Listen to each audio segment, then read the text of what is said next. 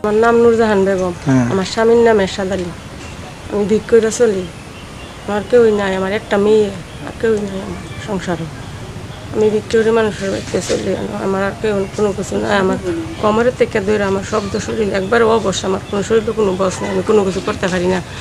আগে আড়াচড়া করে চললে ফিটা খাইতাম পারছি, ওখানে এই চলতে পারি না, একদম চলে গেছি।